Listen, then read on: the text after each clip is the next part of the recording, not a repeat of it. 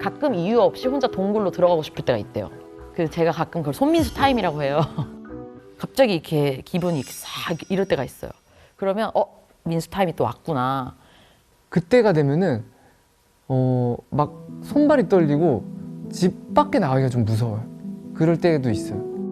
그러면은 냅둬요. 근데 예전에는 한 뭐 하루 이틀 지나고 괜찮아졌는데 요즘에 점점 그 기간이 길어지고 그 빈도가 점점 잦아져서 한 달에 한 번 올 때도 있고 2달에 한 번 올 때도 있고 다른데 정말 작은 뭔가 대본을 완성한다던가 혼자서 뭔가 찍고 잘못 찍으면 다시 찍어도 되는 부분일 수도 있는데 두려워요. 뭔가. 그렇구나. 막 답답해요. 미치겠어요. 그러면은 민수는 좀 그런 부분에 있어서는 어쩔 수 없는 거야 뭐 이렇게 하는데 제가 되게 보고 싶어하는 공연이 있었어요. 그래서 가기로 했어요. 근데 갑자기 밥 먹는데 근데 나 그 공연 안 가면 안 돼? 이렇게 하는 거예요. 또 시작이네 이렇게 돼서 안 가고 싶어? 그러면은 뭐 못 가는 거지 뭐. 공연을 보고 호텔을 가기로 했거든요. 그래서 그러면 호텔도 가기 싫겠네. 그럼 호텔도 그냥 나 혼자 갈까? 이렇게 했어요. 그랬더니 가만히 있는 거예요. 말을 안 해. 안 가고 싶다는 거지. 그래서 또 저 혼자 갔어요. 서러울 때가 있어요. 힘들 때. 그래서 오늘 나는 뭐 같이 남편이랑 맥주 한잔 하면서 뭐 재밌는 영화를 보면서 위로를 받고 싶은 날인데 민수가 손민수 타임이야. 그럼 이때 잘못 건드리면 더 큰 싸움으로 번졌던 적이 너무 많다 보니까 그때는 안 건들고 저 혼자 뭐 여행을 간다든지 책을 본다든지 저 혼자 이렇게 뭔가 하는 시간을 좀 갖는 것 같아요. 저도 굉장히 우울할 때도 많고 저도 감성적인 사람이라 이게 격차가 심한데 저는 계기가 있거든요. 뭐 일이 안 풀린다든지 내가 하고 싶은 대로 못 한다든지 아프다든지. 민수는 계기가 없어요. 형체가 없어요. 가끔은 이기적이라고 느껴져요. 그런 부분에 있어서. 좀 희망이 없는 것 같아요. 이 말씀 드려야 될 것 같아요.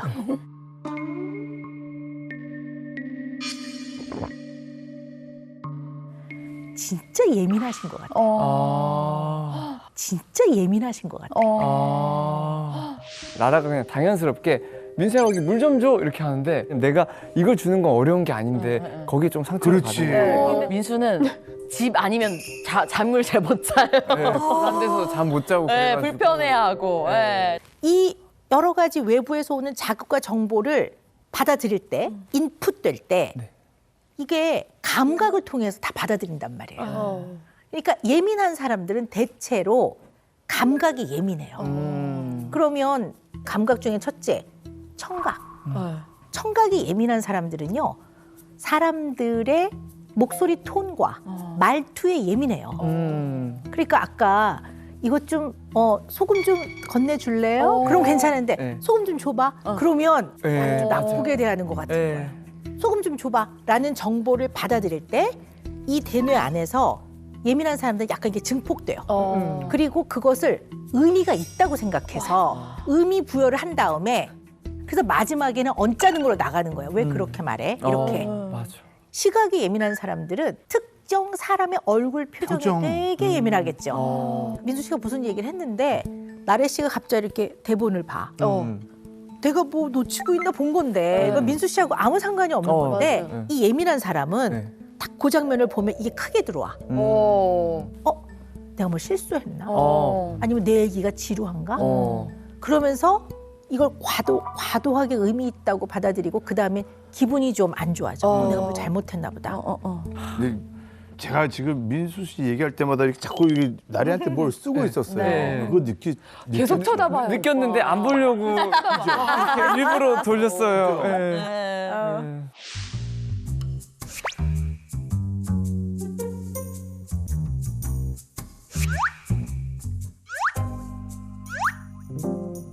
민수 씨가 진짜 그런가 싶어가지고 야 오늘 저녁 뭐 먹을 거야? 왜 저녁 먹을까? 샌드위치 맛있겠지 이 얘기했는데 그게 본인하고 지금 상관이 있는 것 같아서 제가 이걸 인지를 하고 있다를 알리는 것조차도 좀 미안할 것 같아서 일부러 보자마자 일부러 선생님한테 이렇게 그러니까. 말씀했거든요. 그러니까 오 박사님 말씀하신 게 여실히 맞아요. 드러나네요. VCR 녹화할 네. 때도 그랬어요. 그러셨어요? 네, 얘기하다가 피디님들 이렇게 있다가 잘 그래요 이렇게. 몇 시간 있다가 끄적끄적 딱 하시길래 아 쓸멘트가 하나 있구나. 약간 이렇게 물론 그러고 이거를 크게 마음에 담아두지는 않지만 아니 담아두잖아. 아니 담아두잖아. 담아두니까 지금 얘기하는 거 아니에요. 네, 이런 거예요. 그러니까 이 상황의 불편함의 원인은 나로부터 시작되는 면도 있구나를 이해하지 않으면 내가 딱 불편해지거나 기분이 나빠지면 이게 상대 탓 같단 말이에요. 그럼 상대를 탓하는 걸로 문제를 자꾸 바라보면 더 갈등이 심해지잖아요.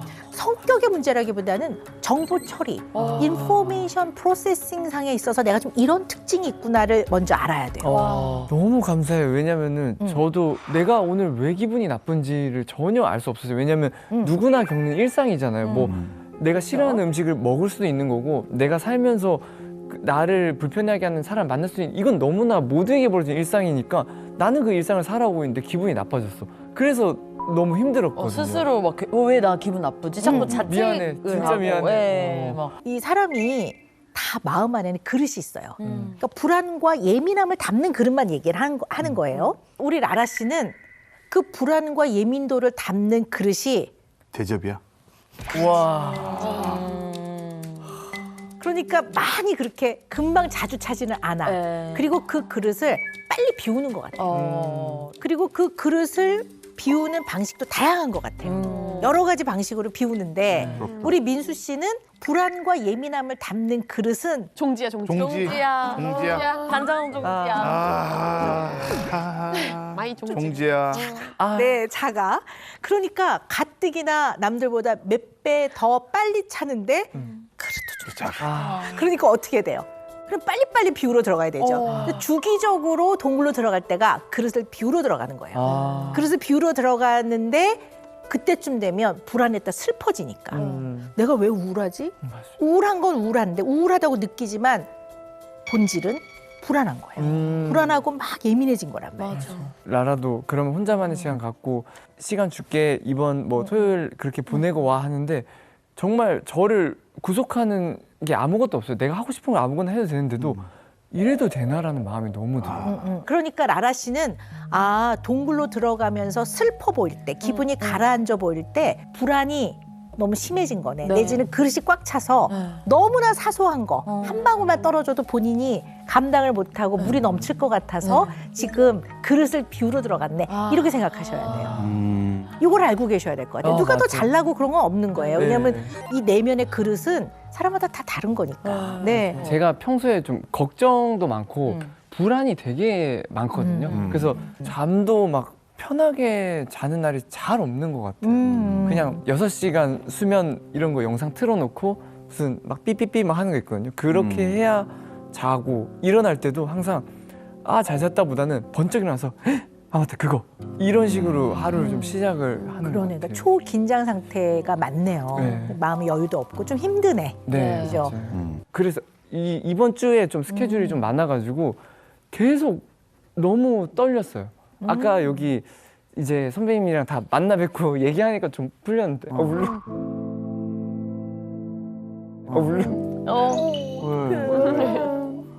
힘들구나. 그래. 네. 불안했었어요? 네, 좀 근데 왜 그런지는 모르겠는데 계속 그냥 불안하고 오늘 잘 오셨어요. 네. 아까 들어가기 전에도 갑자기 심장이 너무 뛰는 거예요. 그래서 왜 이러지? 오늘은 뭐 내가 여기서 뭐 이렇게 해야 되는 것도 아니고 너무 좋으신 분들이 내 얘기를 들어주는데도 난 왜 이러지 않아요? 아유, 그렇구나. 아이고. 불쌍해요. 그러네. 약간 오늘 진짜 저는 민수한테 선물을 해주고 싶었어요. 사실 제가 나가자고 엄청 그랬거든요. 왜냐면 자존감이 되게 낮은 편이에요. 너무 잘한 날, 너무 잘한 날에 진짜 민수 오늘 너무 잘했어라고 하면 100가지 잘한 거는 기억을 하나도 못하고 딱 한 가지 못한 거에만 되게 집중을 하는 스타일이에요. 그래서 아니야 나 하나도 안 잘했어. 아까 뭐 그랬잖아. 나 그럼 또 혼자 이거를 해결하고 올게 뭐 이래요. 네. 그러면 또 혼자 이거를 이렇게 막 스트레스 받아하고 막 이렇게 하는 게 저는 닫힌 방문에서도 느껴져요. 혼자 네. 힘들어. 어. 외로워 보이고 도와주고 싶고 네. 그럼 저는 막 톡톡톡 이렇게 걱정돼서 하면은 그걸 또 힘들어. 힘들어하고. 네네. 굉장히 중요한 화두들이 쭉 나왔어요. 근데 민수 씨의 이제 내면을 좀 이해해 볼 수 있는 중요한 것들, 불안, 예민도, 그다음에 자기 확신이 굉장히 낮고. 자기 확신에 대한 얘기를 좀 해보면요. 자기 확신은 사실 아주 어렸을 때부터 크면서 부모와의 관계, 내지는 중요한 사람들과의 관계에서 굉장히 많은 부분이 길러지는 부분이에요. 아이가 이제 약간 이제 운동신경이 좀 많이 발달을 했어요. 그래서 높이가 높은 계단에 막 올라가겠다고 해요. 그럴 때 부모가 이렇게 보니까 혼자 올라가기에는 조금 높아요. 그러면 어떤 부모는 야야야 위험해 하지 마. 못하게 하는 부모가 있어요. 또 어떤 부모는 본인이 그냥 해결해줘요. 번쩍 들어서 그냥 올려주는 부모가 있어요. 또 어떤 부모는 가서 손을 잡아주고 올라갈 수 있게 도와줘요. 올라가 봐. 그렇지. 올라갈 수 있어. 그렇지. 영차. 그리고 약간 잘한다. 탁 올라가면 잘했어. 올라갈 수 있네. 이렇게 해주는 부모가 있어요. 어떤 부모한테 컸을 때 자기 확신감이 생길까요? 가장 마지막에 그렇죠. 그럼 민수 씨는 어쩌면 이런 부분에서 한번 본인의 어린 시절을 한번 잘 생각을 해보세요. 네, 근데 진짜 박사님 말씀 들으니까 그런 면에 있어서는 뭔가 크게 어렸을 때 인정을 받고 이러진 못했던 것 같아요. 그러니까 제가 예를 들면 엄마 나 뭐 시험 성적이라던가 나 개그맨 해보고 싶어 했을 때는 뭐 네가 무슨 그런 걸 한다고 이런 것처럼 능력적인 부분에 대해서는 좀 그런 지지라던가 인정을 좀 받은 기억은 없는 것 같아요. 네. 부모가 생각, 행동, 능력, 감정에 대해서 끊임없이 잘 아이와 얘기하면서 부모가 해줘야 돼요. 근데 되게 이제 이렇게 못 크면 내가 느끼는 나의 감정, 내가 했던 행동, 나의 판단에 대한 확신이 없어요. 왜냐하면 이건 어릴 때는 가장 사랑하는 부모가 응원도 해주고 격려도 해주고 어떨 때는 길도 알려주고 이거 네가 참아야 되는 거야. 너 너무 많이 화를 낸 거야. 이런 거 다 해줘야 기준들이 쭉 생겨나간단 말이에요.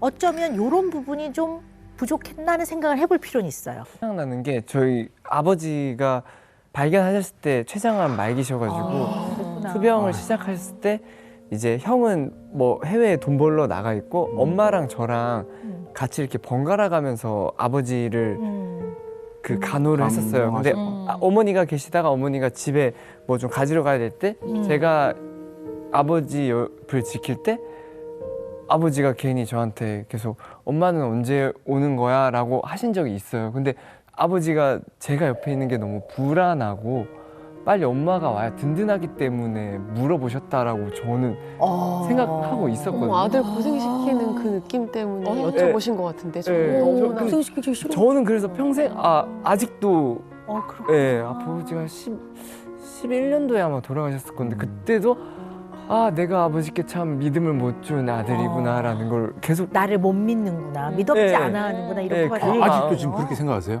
네, 왜냐면 그때 뭐 상황적으로 그런 좋은 모습 보여드리지도 못했고 그때 이제 약간 졸업하고 막 뭐 취업도 불분명한 상황이 저는 딱 무슨 생각이 들었냐면 지금 그 얘기를 하셨을 때 배우자가 없으면 혹시 이때 내가 혹시 상태가 나빠지면 그래도 마지막 순간을 배우자 얼굴을 보고 싶지 않을까요? 아버님 입장에서 물론 자녀도 보고 싶지만 맞아요. 배우자 고생시키고 그랬으면 미안하고 마지막 순간에는 아들뿐만 아니라 아내가 있었으면 하는 마음에서 좀 찾지 않았을까요? 저는 딱 그렇게 받아들여졌는데요. 한 번도 그 말씀해 주신 거를 생각해 본 적이 없어요. 저 왜 그랬는지 모르겠어요. 그냥 내가 참 믿음이 없는 아들이구나라는 생각을 그러셨구나. 네. 아버지 제가 못 믿어오세요? 이러면 아마 아니다. 나는 너도 옆에 있으면 좋지만 네 엄마가 옆에 난 보고 싶다 이러셨을 것 같은데. 네. 아니면 너 좀 교대해 주라고 너 너무 힘든 것 같아서 한번 고생할 것 같아서 그렇게 얘기했어. 네. 지금 생각하니까 되게 죄송스럽네요. 상황을 이렇게 사람마다 다르게 바라보고 다르게 해석해서 처리를 하거든요. 그러니까 이게 좋다 나쁘다가 아니라 나한테 좀 이런 특성이 있구나를 알고는 있어야 되는 것 같아요. 네. 그래서 이렇게 생각과 마음을 나누는 게 되게 중요해요. 나눠보는 거예요. 이게 뭐 네. 정답이다가 아니라 나눠보면 아 사람마다 이렇게 보는 관점이 좀 다르구나. 또 들어보니까 또 맞는 말이네. 내지는 그거는 좀 내가 좀 받아들이면 나한테 도움이 되겠네. 이러면서 이 아까 제가 이렇게 좁은 폭이 네. 넓어져 훨씬 가는 넓어져. 거거든요. 네. 맞아. 민수 씨는 다른 사람은 몰라도 배우자인 라라 씨한테만큼은 정말 강력한 신뢰를 하셔야 될 것 같아요. 아. 라라가 나한테 어떠한 말투로 말해도 라라는 나를 사랑해.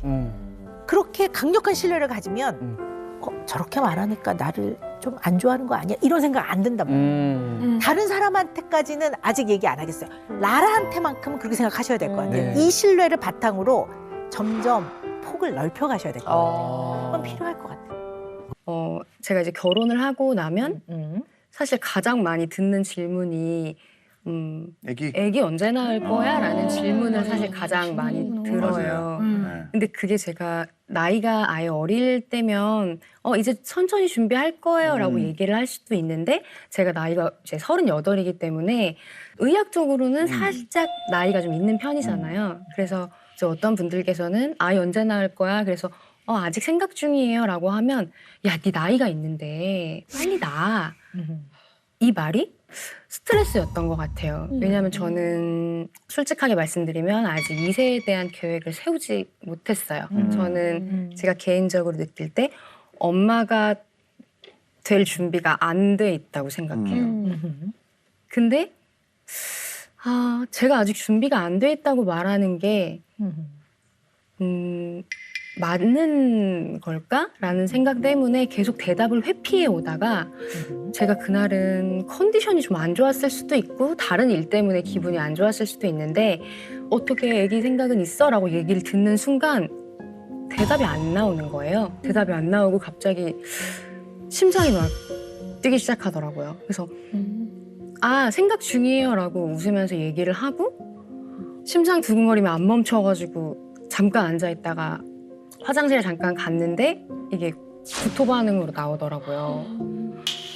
근데 그 한마디 들었는데. 네, 근데 저도 어려웠던 게 분명히 저한테 호의적으로 결혼을 했으니 뭐 아이를 가져야지 이런 느낌이었을 텐데도 불구하고 그 이야기를 반복적으로 계속 듣는 게 너무 힘들었고 그거에 대해서 제가 똑부러지게 제 마음을 얘기를 못했고 계속 삭히고 있다가 이명이 시작됐어요. 근데 이게 너무 왜 모두 편하게 살아갈 수 있는 건데 왜 나 혼자 이렇게 이거 불편한 거를 가슴에 계속 담아두고 있을까. 남편은 이 얘기를 잘 알 거 아니에요. 남편은 저랑 같이 얘기를 나누니까. 그냥 하고 싶은 얘기를 하고 다른 사람 눈치 보지 말고 당당하게 말을 해. 대체 뭐 때문에 말을 못하는 거야. 이렇게 얘기를 듣는데도 쉽지 않아요. 우리 소율 씨 얘기를 쭉 들으면서요. 네. 소율 씨가 본인의 생각을 네. 편안하게, 네. 당당하게 말을 못하는 이유를 찾아냈어요. 일단 한편으로 보면 좀 융통성이 굉장히 없는 사람처럼 보일 수 있을 거예요. 근데 유연성과 융통성은 뭐냐면 때와 장소와 사안의 중대성을 다 고려하는 거예요. 우리가 보통 사람을 만나면요. 네. 잘 지냈어? 의 의미를 담은 질문들이 있어요. 그러니까 예를 들어 결혼을 한 지 얼마 안 된 부부한테는요. 애 소식 있어? 이걸 물어보는 게 안녕? 이거예요. 잘 지냈어? 이렇게 물어보는 의미가 있는 거거든요. 근데 이거를 남편이 여보 우리 자녀 계획은 어떻게 할까? 그럴 때는 나는 아직 조금 준비가 안 돼 있는 것 같은데 우리 얘기를 좀 해봅시다. 이렇게 같은 질문도 누가 어떤 상황에서 질문하느냐에 따라서 의미가 다 다른 거거든요. 그런데 그냥 소율 씨가 신혼댁이라는 거를 아는 지인이 아이 소식은 없어? 이렇게 물어본 거를 마치 내가 아이를 가져야 되냐 말아야 되느냐부터 시작해서 나한테 아이란 무슨 의미인가 이 고민의 의미를 부여하시는 것 그런 면이 있으신 거예요. 그러니까 우리가 밥 먹었어? 그럴 때는 이제 안녕? 이 얘기이기 때문에 아이 그럼요 이렇게 하는 거지. 이게 안 먹었는데 내가 그럼요라고 하면 내가 거짓말을 한 거네 이렇게 생각 안 하거든요. 근데 사실 저 왜 우리 한국인한테는 밥이 인사잖아요. 헤어질 때 나중에 밥 한 끼 하자라는 말에 네라는 대답도 잘 못해요. 그러니까 꼭 지켜야 될 것 같아서. 그러니까 제가 되게 용기 내서 선생님 저랑 나중에 밥 한 끼 해요라고 했는데 선생님이 그래요라고 말씀하시면 저 좀 기다리게 되잖아요. 언제 선생님하고 밥을 먹을 수 있을까? 저는 기다리거든요. 근데 내가 만약에 그냥 건성인 대답으로 인사말로 그래요라고 하면 상대방이 기다릴 수도 있잖아요. 야 사는 게 엄청 힘들겠다. 진짜. 근데 그렇지 않나요? 자, 오케이. 알겠어요. 근데 여기서까지 알 수 있는 거는 이분은 지나치게 정직한 사람이에요. 진짜 정직하시네. 좋은 거야. 정직한 건 좋은 거잖아요. 그러나 지나쳐. 예를 들어서 그냥 우리 밥 한번 먹읍시다는 다음에 또 만나요. 오늘 즐거웠어요. 영어로 nice to meet you. 이거고요. see you later. 진짜 만나서 밥을 먹을 거면 봐봐. 스케줄 봐봐. 이렇게 얘기한다고요. 진짜요, 박사님? 진짜요? 그러면 네. 그럼 잡아요, 날짜. 잡아요. 그러면 그래요. 봅시다. 이렇게 되는 거예요. 그러니까 어떻게 보면 그 사회나 문화마다 통용되는 언어가 있어요. 그거는 통용 언어로 받아들여야지. 그거를 본인의 주관적인 의미를 너무 부여하면 혼자 힘들어요. 그러니까 어떻게 보면 사회에서 통용되는 통용 언어에 대한 것이 굉장히 나를 힘든 것 같아요.